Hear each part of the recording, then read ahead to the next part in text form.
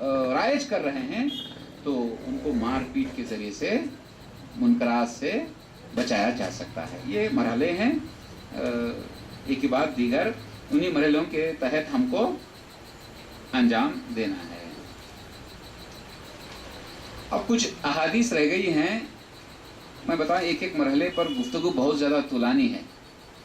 اگر طولانی گفتگو ہو جائے گی تو آپ ایسا محسوس نہ کریں کہ ایک طرفہ گفتگو ہے, آپ بھی اپنی طرف سے کچھ بولیں, اپنے سوالات وغیرہ. آخر میں ایک طریقہ میں بتا دیتا ہوں کہ آپ کو بھی اندازہ ہوگا. ایک میاں بیوی, ایک شخص اپنی بیوی بے پردہ بے حجاب عورت کو لے کر بازار میں جا رہا تھا. اب غور کریں اس پر, بے پردہ, بالکل بے پردہ ہے, بیوی ساتھ میں ہے, شوہر بازار میں لے جا رہا ہے. تو ایک شخص آتا ہے اور اس شوہر سے, اس شخص سے اجازت لیتا ہے کہ میں آپ سے اجازت چاہتا ہوں, آپ کی بیوی کو بری نگاہ سے دیکھنا چاہتا ہوں. جیسے اس نے کہا, اس نے گریبان پکڑ لیا. آپ کی غیرت مر گئی, آپ انسان نہیں, آپ مسلمان نہیں, شرم نہیں آتی آپ کو؟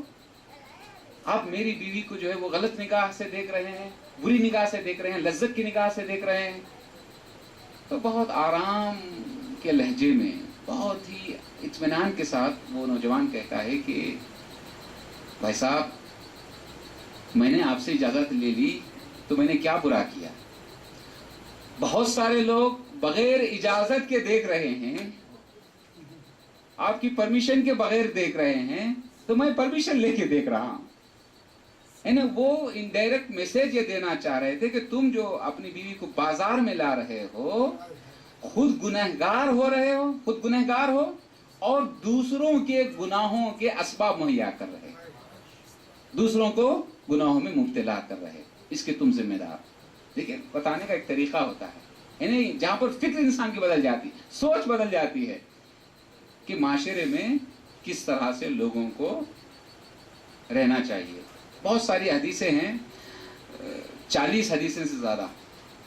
اب اسی سے امر بالمعروف اور نہی عن المنکر کی اہمیت کا اندازہ کر سکتے ہیں. بہت ساری حدیثیں ہیں, رسول مقبول کی بھی اور ائمہ اطہار کی بھی. میں نے کچھ حدیثوں کو یہاں پر جمع کی ہے, میں سرسری طور پر بیان کیے دیتا ہوں, تفصیلی گفتگو رہے پھر کبھی انشاءاللہ. پیغمبر اسلام محمد مصطفیٰ صلی اللہ علیہ وسلم کی حدیث ہے, من امر بالمعروف ونہى عن المنکر فهو خلیفۃ اللہ فی الارض وخلیفۃ رسولہ. آپ اس کی اہمیت کا اندازہ کریں. جو امر بالمعروف کرتا ہے اور جو نہی عن المنکر انجام دیتا ہے, وہ کون شخص ہے؟ فهو خلیفۃ اللہ فی الارض, وہ اللہ کا خلیفہ ہے زمین پر, اللہ کا نمائندہ ہے زمین پر. کتنا بڑا مرتبہ, امر بالمعروف اور نہی عن المنکر انجام دینے والے کا, وہ خلیفۃ اللہ ہے. رسول فرما رہے ہیں کہ وہ اللہ کا خلیفہ ہے زمین پر. وہ صرف مسلمان نہیں, وہ صرف انسان نہیں, وہ صرف مخلوق نہیں, وہ مومن نہیں, بلکہ خلیفۃ اللہ ہے. وہ خلیفۃ رسول ہے, اور رسول کا خلیفہ ہے, رسول کا جانشین ہے, رسول کا نمائندہ ہے. کوئی اگر اس ذمہ داری کو انجام دے رہا ہے, گویا وہ خلیفہ خدا کے منصب پر فائز ہے. اتنی اہم. اب اسی سے اندازہ لگائیں کہ اس فریضے پر انجام عمل کرنے کا کتنا زیادہ ثواب ہے. حدیث ہے مولا امیر علی ابن ابی طالب علیہ السلام کی,